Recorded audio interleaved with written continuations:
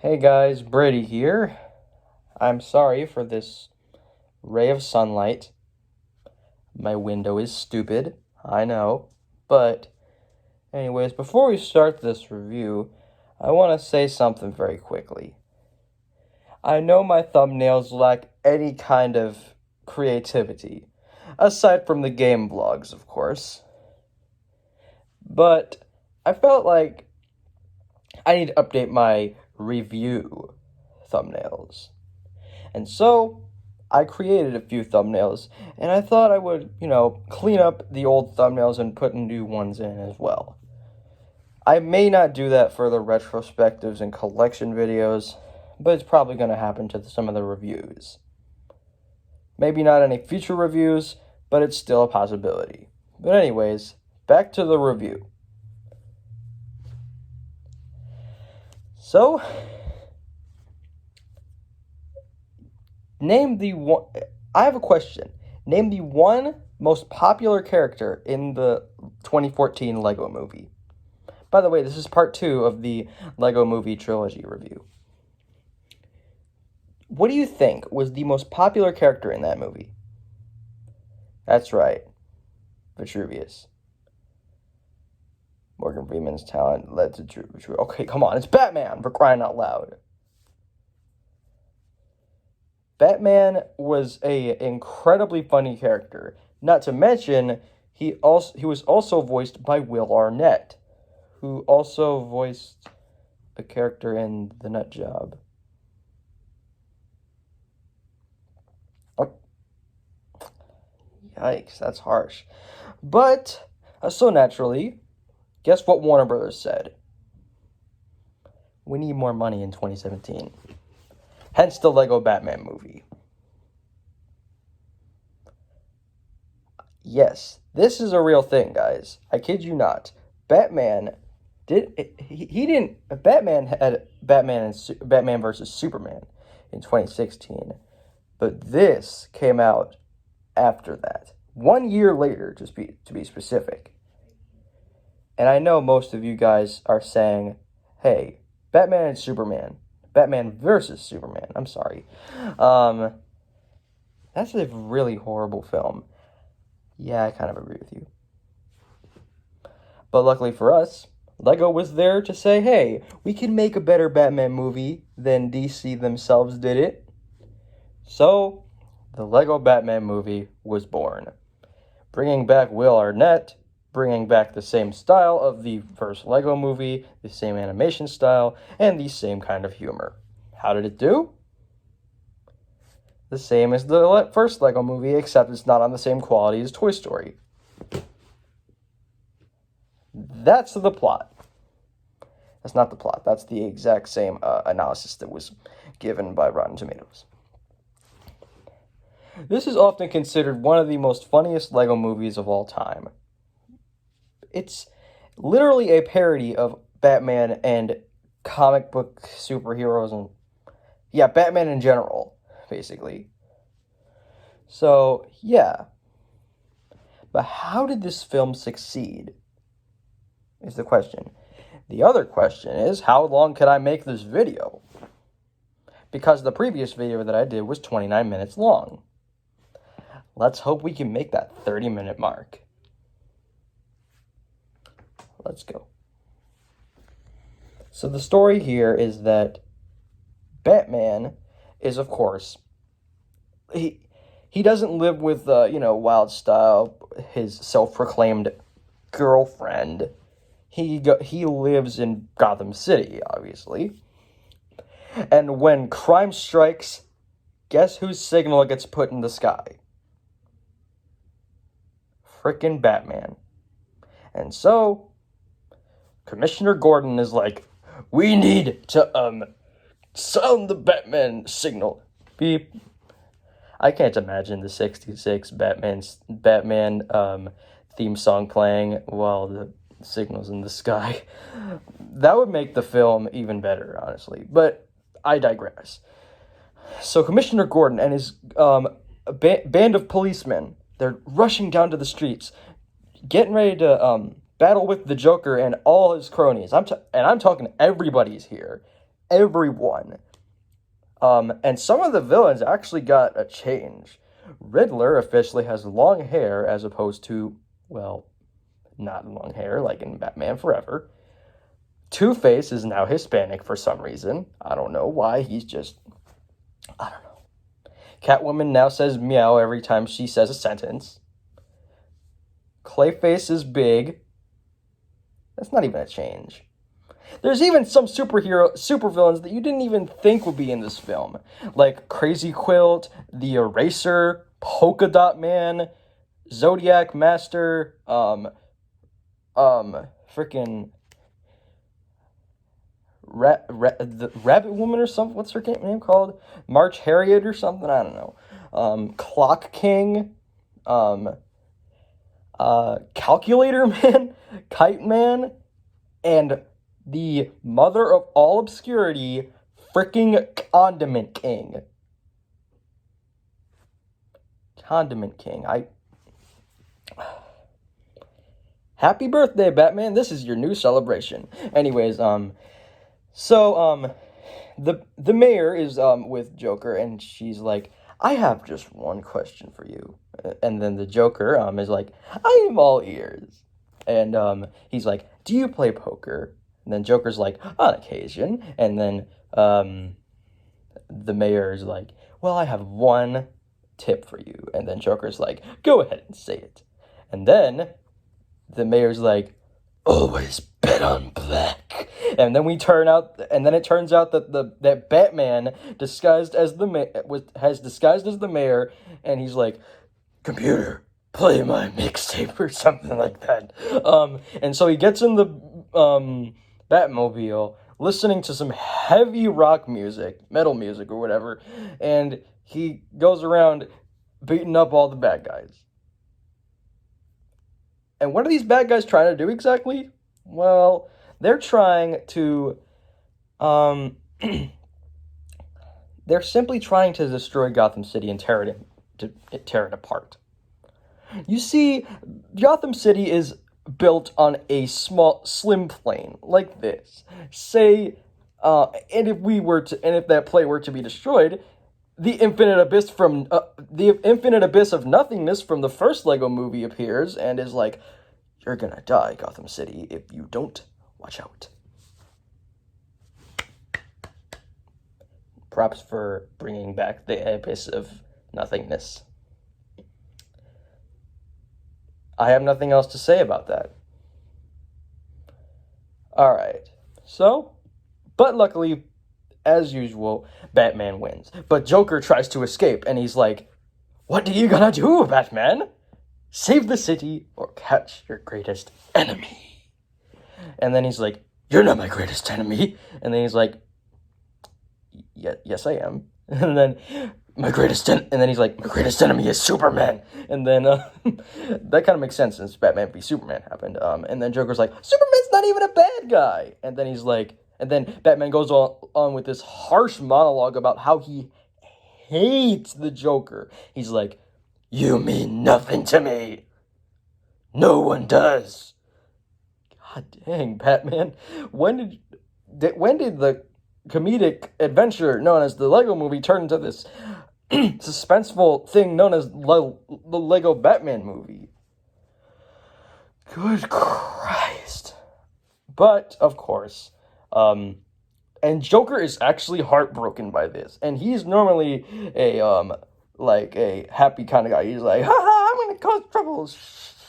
Spray my spray can of paint all over the place. And then here he's just like, I'm heartbroken that you said that, Batman. But you may be wondering, what's Batman without Robin? Well, we'll get to that in a bit.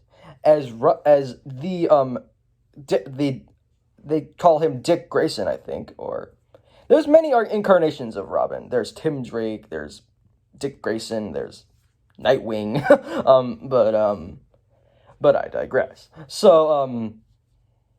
And here, Dick Grayson is this geeky kid with huge eyeballs and circle glasses. And he lives in an orphanage. Wow. I think we're approaching Tim Burton Batman levels here for how suspenseful it's getting. But the orphanage part is not really suspenseful. But anyways, so after Batman saves the day, it's time to go turn some kids' frowns upside down and give them some of my bat merch. And so he has this merch gun for some reason. I want that to be a thing. All of a sudden, and then he shoots merch as like, here's some sippy cups and some shirts and some hats. And some fake masks. Batman, where can I buy your merch? But then again, how about we skip to oh yeah, let's skip to that one point where they have like this huge gathering party. For the farewell of Commissioner Gordon. Who is his replacement exactly? His daughter, Barbara Gordon. And there is this, like, epic video, like, she saved the city with statistics and compassion.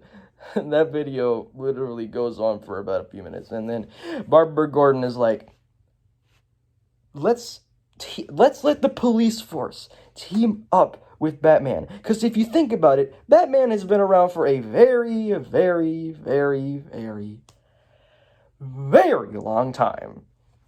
She's kind of right, to be honest. And she's like, I want the police force to team up with Batman because I've came up with a brand new slogan. It takes a village, not a Batman. And then Bruce Wayne, all of a sudden, where he came to the party and he's like, waiter, I need a drink. He's like, first of all, my name is Bruce Wayne, multimillionaire, magazine cover kind of guy, and, I just want you to notice my presence, and also, what the heck, dude? And then Barbara Gordon's like, I am not a Batman hater, but we don't need some grown man going around in the city to fight crime. Once again, she has a point. Even the people in the audience are so close to saying, she's kind of right. That is accurate. What was I going to say? And then the villains come in and are ready to invade the party, and Bruce and Barbara prepare for battle. You know how Bruce is Batman and Barbara is kind of like Buzz from Skylanders. Not Buzz from Toy Story, but Buzz from Skylanders. She's like this, Barbara's kind of like the super commando who is the ace of her class, apparently, at police training. And now that in itself is just incredible. So, and Batman suits up for battle. But before you know it, they both get to Joker on the same time, only to find out that he says, guys, I surrender. And then Batman's like, what did you say? And then he repeats himself, literally, saying, I surrender. And then he goes along this part where he's like, I just want the city to be a nice little place. Blink, blink, blink, blinkety, blink, blink, blink. And then Batman's like, what are you talking about? You're the face of crime, the Crown Prince of Crime, to be exact. Well, I don't think he actually said that, but he says, why would you, do you really want to be in jail for some reason? For no reason, for a purpose? And then Joker's like, no, blink, blink, blink. And then Barbara is like, Joker, that's enough.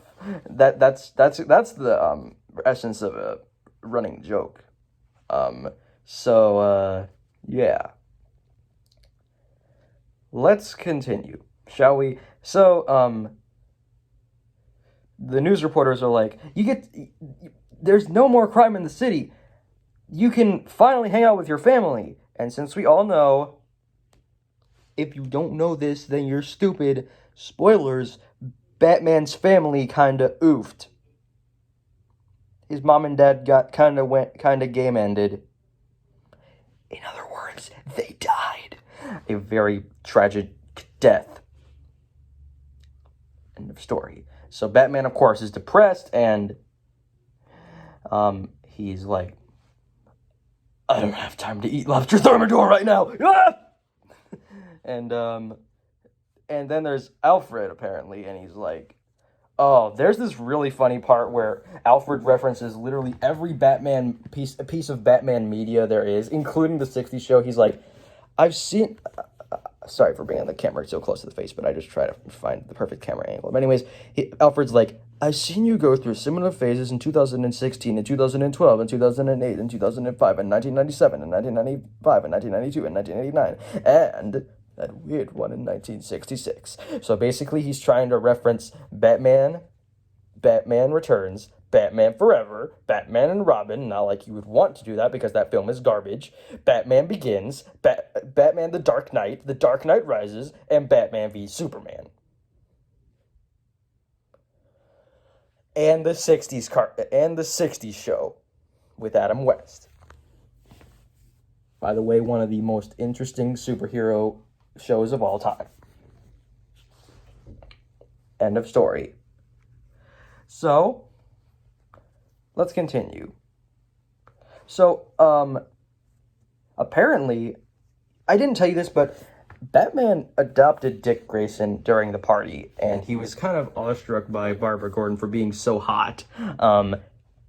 Yeah, I'd probably get it. I don't know. I don't want to go there. But anyways, he accidentally adopted Dick Grayson.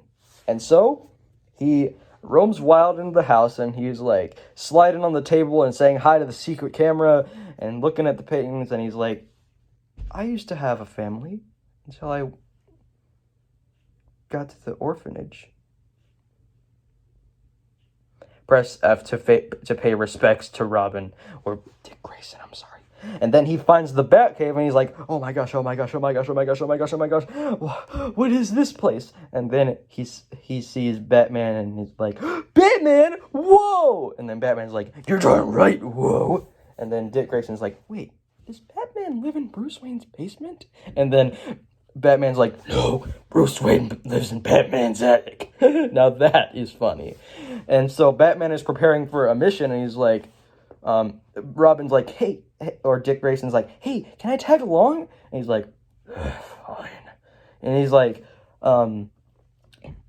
suiting up in all these different suits that really don't match until he finds this one suit called Reggae Bat or something like that.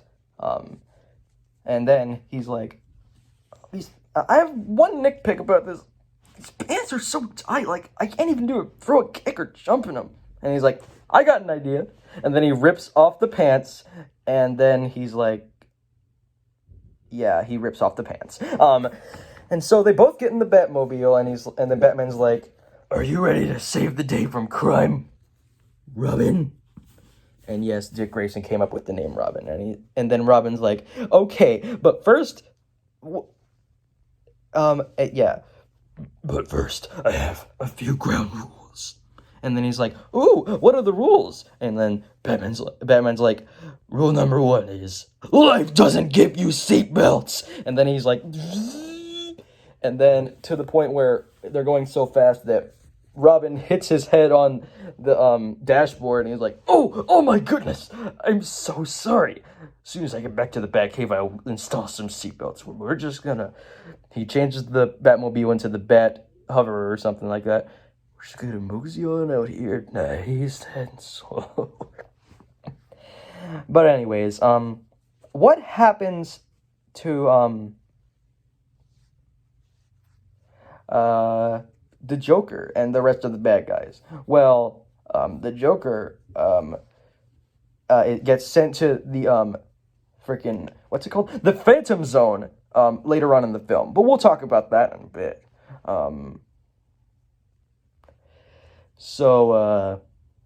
But yeah. So, let's skip a few parts, because this video is going to get as long as it is. But anyways, let's get to the prison scene. How about that? Hold on. Wait a minute. How about we get to the part where they actually steal the the laser cannon that could take Joker to the Phantom Zone? Well, it's found in the lovely home of Superman, the Fortress of Solitude. where literally the entire Justice League is having a party without Batman. Good God. Even someone as obscure as Martian Manhunter is there for some reason. I have no idea why he's here. He's not even referenced in anything else but the Lego games and this movie. Man. Oh, and by the way, the Lego Batman movie is in Lego Dimensions, and he's in that game too. How lovely. All right, so he gets to the cannon, and then he tries to sneak into the prison to go talk to Joker, and then Barbara Gordon notices the cannon, or laser cannon, and he's like, wait, Batman, what is that in your pocket? Or what is that in Robin's pocket? And he's like, oh, it's nothing. He's like, Batman, give me the cannon. And then so they go through an epic fight sequence to get to Joker's cell, and Batman's like, goodbye, Joker, forever. And then Joker goes all the way up into the Phantom Zone where he's like, where am I? And then this big brick comes in and he's like, hi, I'm the owner of I'm not the owner of the Phantom Zone. I'm sorry I scared you, but so let's analyze if you're evil or not. Boop beep beep boop. Analyzing how does it, what makes you evil or whatever like that, until it shows a bunch of past clips from the film, and until we realize that this film apparently pulls a 180 on us, as this film actually got classic villains from other movies besides Batman. I'm talking Lord Voldemort from Harry Potter, the Wicked Witch of the West from Wizard of Oz, the Gremlins from Gremlins, the Daleks from Doctor Who, Lord Sauron from Lord of the Rings, King Kong, the Loch Ness Monster, or Godzilla and the Loch Ness Monster combined. Oh, man. And last but not least, that's it. But yeah, then again, this film is literally trying to reference so many classic movies besides Batman, until we realized that it was all an evil scheme, because Harley Quinn actually disguised herself as a laundry person, and only to find out, hey, I'm gonna steal the Phantom Zone cannon and bring Joker back along with everybody else. Oh my God. But I digress. So what happens? Batman and Robin and Barbara Gordon and Alfred call upon all these different bad guys to go fight other bad guys being controlled by one big bad guy.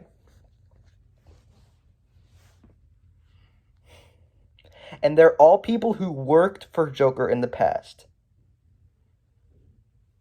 Wow. And so they put on some sick 90s pop music. Oh, goody. Like we're ever gonna see that in a superhero movie ever again? Yeah, that's what's up. And then he's like, Batman's like, we're gonna need some sick, weapons, some sick suits, and code names to use our walkie-talkies. I mean, seriously, who uses walkie-talkies anymore? And then Batman pulls out a clothing gun and points it at Barbara Gordon. He's like, call it out. Your name is Lady Bat. Bat Lady. El Battery. Soccer Mom. Bat. Okay, now that is easily the funniest part of the film.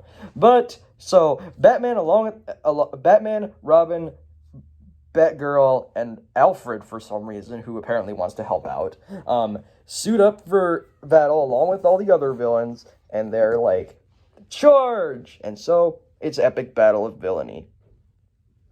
So, let's continue and skip between the parts. So, what happens after the battle? Apparently, they pulled another trick and like, hey, we're gonna reuse the same thing that we used for the first part of the film, and we're like, let's use the bomb again. It's that easy. Copy and paste. All right, so, but it turns out the bomb, Batman didn't have enough time to defuse the bomb, unlike the first part where he actually had time to defuse the bomb, and he's like, Joker, I got... And then the bomb immediately explodes, tearing Gotham City apart as we know it. And the only thing that could save it is them stacking on top of each other. You know how some Lego figures, if you take off their hairpiece and place someone else on top of them, that immediately creates like a stack? They make that joke in this film. And then Joker is like, why would I help you, the person who broke my heart? And then Batman is like, because without you, how could I be me? I lied about you being the worst person I ever met in my life. I can't do that Batman voice, but that's how he sounds. That's what Will Arnett likes to do. And he's like, I want you to join me in saving Gotham City. Saving the world. Saving our relationship. Because normally Batman works alone, but yeah, I digress once again. And then Joker's like, all right, fine, I'll help. And then Batman's like, do you have abs? And then Joker's like, too much flab, not enough ab. Why? And then Joker's like, no, Batman is like, because I need you to crush them. And then they go like, they're like going, trying to pull back Gotham City back together, and every citizen is trying to help, and they did it. They saved Gotham City. Happily ever after. And so the credits roll, and then Batman's like, white. All movies must end with a white screen. And then Robin is like, hey, can I play my cheesy pop tune for the end of the soundtrack? And then Batman is like, no. And then Barbara's like, come on, Batman, please. And then Batman's like, okay, fine. And so the credits play, ending the Lego Batman movie. I'm sorry I skipped some of the parts. I don't want this video to be long. It's coming really close to being as long as the first one. So anyways, what can I say about the Lego Batman movie? It's good. Dang good. The comedy has been upped up to 11. The suspense has been upped up to 700. And not to mention, the references kind of work very cleverly to this film's advantage, even though some references don't work as clever as usual. Normally, in the Lego movie, you didn't know it was going to happen because everybody was randomized. You know how you had like Michelangelo, the famous painter, and Michelangelo from the Teenage Mutant Ninja Turtles, and freaking Shaquille O'Neal. But yeah, this film, you kind of know what to expect. It's the same old formula, same old animation, same old Batman. But it's definitely a fun film. So, just like the previous film, I can obviously recommend the Lego Batman movie. So if you guys want... So, I'm going to be continuing this part with the final in the series, the Lego Ninjago movie. So, see you guys next time. Sayonara, peeps. Take care.